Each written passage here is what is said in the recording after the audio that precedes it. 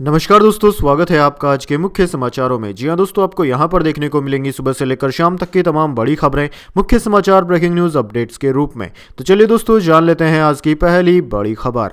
राहुल गांधी बोले, जो डरते हैं नफरत उन्हीं के अंदर पैदा होती है। उज्जैन में महाकाल मंदिर के बाद किया रोड शो, इगोरिया में करेंगे रात्रि विश्राम। जी हाँ दोस्तों, मध्य प्रदेश में भारत जोड़ो न्याय यात्रा का मंगलवार को चौथा दिन था। राहुल गांधी ने उज्जैन में खुली जीप में रोड शो किया। इससे पहले उन्होंने बाबा महाकाल के दर्शन भी किए। महाकालेश्वर मंदिर में दर्शन के दौरान गणेश मंडपम में राहुल के सामने मोदी मोदी के नारे लगे। राहुल गांधी ने रोड शो के दौरान देवास गेट चौराहे पर सभा को संबोधित किया। उन्होंने कहा कि जो लोग डरते हैं नफरत उन्हीं के अंदर पैदा होती है। जो निडर होकर मुश्किलों का सामना करते हैं वे जीवन में कुछ भी नहीं कर सकते। नफरत के बाजार में मोहब्बत की दुकान खोलना बहुत आसान है। इसके बाद दोस्तों, रोड शो के बाद यात्रा इंगोरिया पहुंची। यहां पर यात्रा का रात्रि विश्राम है। बुधवार को यात्रा थार जिले में प्रवेश करेगी। इसके बाद दोस्तों, जान लेते हैं अगली खबर। तेलंगाना में नरेंद्र मोदी बोले, परिवारवादियों ने देश को बर्बाद कर दिया। उन्होंने जमीन आसमान बेचकर कोठियां बनवाई, मैंने घर भी नहीं बनवाया है।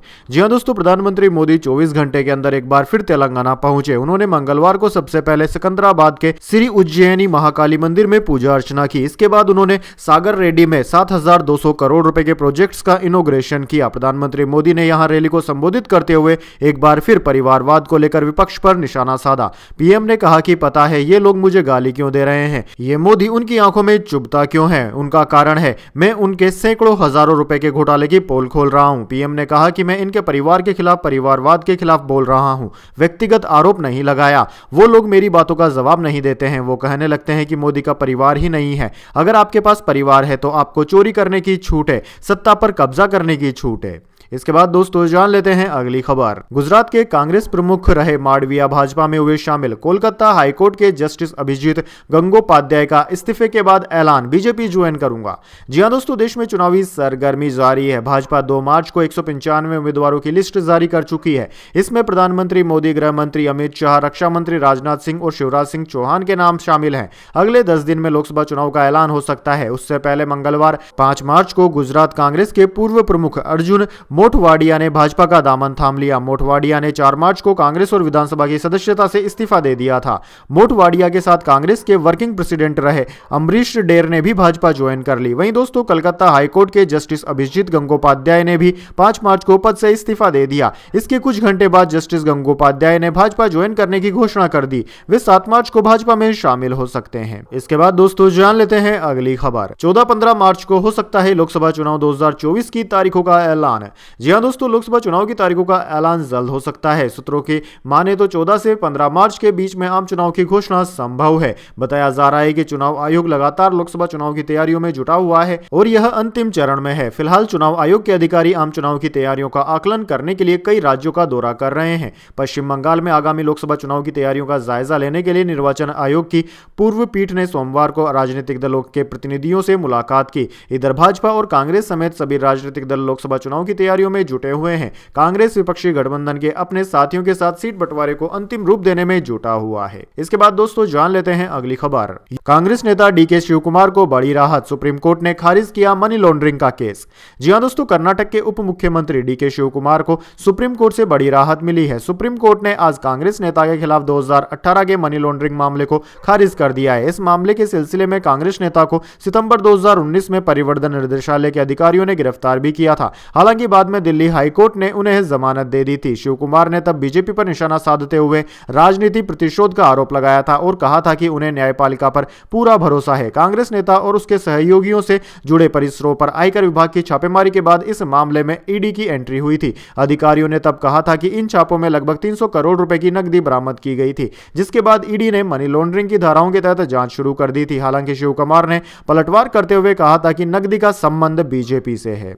इसके बाद दोस्तों, जान लेते हैं अगली खबर। जयपुर के सेंटर से लीक हुआ था एसआई भर्ती का पेपर, 14 ट्रेनी एसआई समेत 16 गिरफ्तार। मंत्री करोड़ीलाल बोले परीक्षा रद्द कराएंगे। जी हां दोस्तों, राजस्थान में सब इंस्पेक्टर भर्ती परीक्षा 2021 पेपर लीक मामले में स्पेशल ऑपरेशन ग्रुप एसओजी ने अब तक कुल 16 लोगों को गिरफ्तार किया है। इनमें से 14 ट्रेनी एसआई हैं। वहीं 2 की अभी जांच चल रही है। एडीजी एसओजी वीके सिंह ने मंगलवार शाम 6 बजे प्रेस कॉन्फ्रेंस में बताया कि पेपर लीक जयपुर के हसनपुरा में शांति नगर स्थित परीक्षा केंद्र Ravindra Bal Bharati senior secondary secondary school से हुआ था। इस मामले में अभी तक सेंटर सुप्रिटेंडेंट राजेश खंडेलवाल की गिरफ्तारी हुई है। आरोपी को कोर्ट में पेश कर रिमांड पर लिया गया है। वहीं इससे पहले दोपहर करीब 2 बजे कृषि मंत्री Kirodilal Meena special operation group SOG office पहुंचे। पुलिस उप निरीक्षक एसआई भर्ती परीक्षा में पेपर लीक कर पास होने के मामले में उन्होंने एसओजी के अधिकारियों से बात की। मंत्री किरोड़ीलाल ने मीडिया से बातचीत में कहा कि मेरे पास कई ऐसे दस्तावेज और सबूत हैं जिससे पता चलता है कि राजस्थान लोक सेवा आयोग यानी कि आरपीएससी में किन किन लोगों ने पेपर लीक में सहयोग किया था। इसके बाद दोस्तों जान लेते हैं अगली खबर। योगी मंत्रिमंडल का विस्तार, राजभर समेत 4 नए कैबिनेट मंत्री। लोकसभा चुनाव से पहले पश्चिम यूपी और पूर्वांचल की 15 सीटों को भाजपा ने साधा।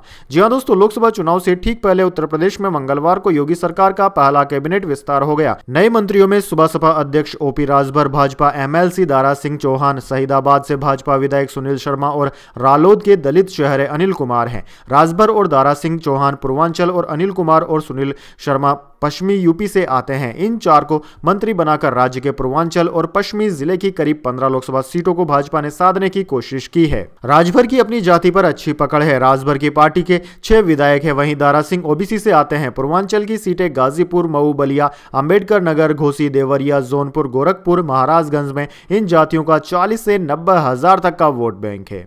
इसके बाद दोस्तों जान लेते हैं अगली खबर। यूपी के किसानों को योगी सरकार का होली गिफ्ट, ट्यूबवेल का बिजली बिल माफ। जी हां दोस्तों, उत्तर प्रदेश मंत्रिपरिषद ने मंगलवार को एक अहम निर्णय में किसानों के निजी नलकूपों पर बिजली के शुल्क में 100% तक की छूट देने का फैसला किया है। इस निर्णय से प्रदेश के 1.5 करोड़ किसानों को फायदा होगा। राज्य सरकार के एक प्रवक्ता ने बताया कि मुख्यमंत्री योगी आदित्यनाथ की अध्यक्षता में हुई मंत्रिपरिषद की बैठक में सरकार ने बड़ा निर्णय लेते हुए किसानों के निजी नलकूपों पर बिजली बिल में 100% तक की छूट दे दी है तथा इसी निर्णय से प्रदेश के 1.5 करोड़ किसानों को सीधा लाभ मिलेगा। उन्होंने बताया कि इस योजना के तहत किसानों को 1 अप्रैल 2023 से निजी नलकूप पर कोई भी बिल देने की आवश्यकता नहीं होगी। उनका कहना था कि इसके अलावा अगर उससे पहले का भी कोई बिल बकाया है तो सरकार उसके लिए ब्याज रहित और आसान किश्तों में बिल चुकाने के लिए योजना लाएगी, क्योंकि सरकार ने 2024-25 के बजट में भी 1800 करोड़ रुपए का प्रावधान किया है। इसके बाद दोस्तों जान लेते हैं अगली खबर। लोकसभा चुनाव के पहले बड़े ऐलान की तैयारी में कांग्रेस। राहुल गांधी ने खुद ट्वीट कर कही युवाओं से यह बात। जी हां दोस्तों, लोकसभा चुनाव की बिसात बीत चुकी है और तमाम राजनीतिक दल अपनी अपनी चाल चलने लगे हैं। भारतीय जनता पार्टी ने तो अपने चुनावी